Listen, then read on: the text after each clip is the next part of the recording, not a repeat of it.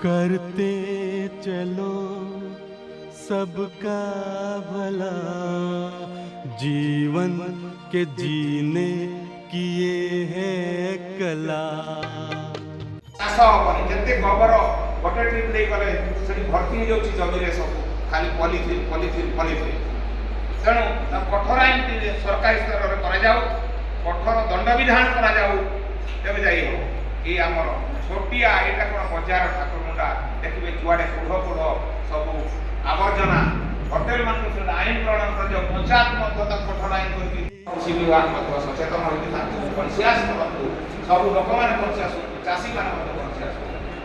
ଇଏ ଗଲା ଆମର ଏ ପାହାଡ଼ ଅଞ୍ଚଳରେ ଦେଖିବେ ଜମି ଆମର ଜଳସ୍ତର ନାହିଁ, ତେଣୁ ସରକାର ଏବଂ ଯୋଜନା କରାଯାଉ ବିଭିନ୍ନ ସ୍ତର ଆମର ଭୂଇଁ ଭିତରକୁ କିଛି ପାଣି ଜଳ ସଂରକ୍ଷଣ ହୋଇପାରିବ, ବନ୍ଧ କରିକି ଗାତ କରିକି ପାଣିକୁ ସବୁ ଆମର ସଂରକ୍ଷଣ କରିବାର ବ୍ୟବସ୍ଥା କରାଯାଉ।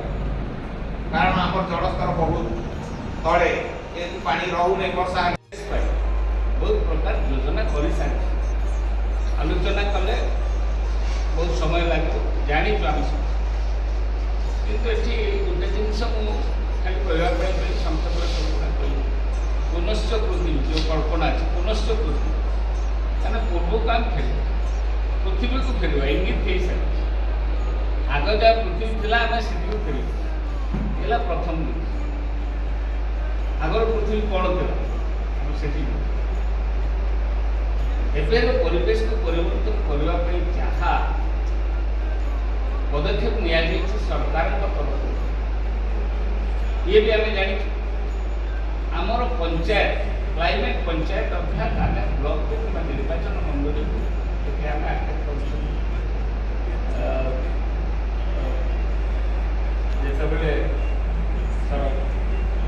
ବାବୁ କହୁଥିଲେ ଯେ ପଞ୍ଚାୟତ ନିର୍ବାଚନ ମଣ୍ଡଳୀ ସ୍ତରରେ ଆମେ କାରଣ ସାରା ପୃଥିବୀ ଗୋଟେ ନିର୍ବାଚନ ମଣ୍ଡଳୀ ପରିବର୍ତ୍ତନ ହେଲା, ପରିବର୍ତ୍ତନ ଗୋଟେ ଗ୍ରାସରୁଟ୍ ଗୋଟେ ଜାଗାରେ ଜନ୍ମ ହୁଏ। କାରଣ ନିର୍ବାଚନ ମଣ୍ଡଳୀ ପରିବେଶ ବିଭିନ୍ନ ପ୍ରକାର ଇଏ ଜଳ, ବାୟୁ, ପୃଥିବୀ, ଆକାଶ, ଇଏ ପଞ୍ଚଭୂତ ୟାର ସାମଞ୍ଜସ୍ୟ ମାନେ ସମରସତାରେ ରହିବା, ସାମଞ୍ଜସ୍ୟ ସବୁ ସମତୁଲ ରହିବା ଦରକାର। ଇଏ ସମତୁଲ ବର୍ତ୍ତମାନ ହେଇନାହିଁ।